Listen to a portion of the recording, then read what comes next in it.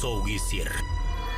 Менімен бірге осы қалада жұмыс істеу. Рауан Темірұлы, Айна Ермекқызы бөтен адам емес. Ол бізге жаңадан келген анестезиолог, реаниматолог және де өз ісінің нағыз маманы.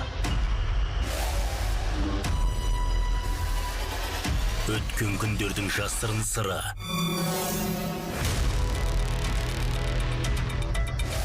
Айнамен сөйлесіп отырсың ба? Жоқ. Онда мынаны қалай түсіндіресің? Жай ғана ескі газет.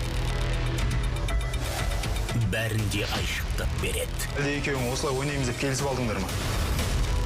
Айнаға тіл тигізуші болма. Жедел жәрдем көлігі есіктің алдында дайын тұр.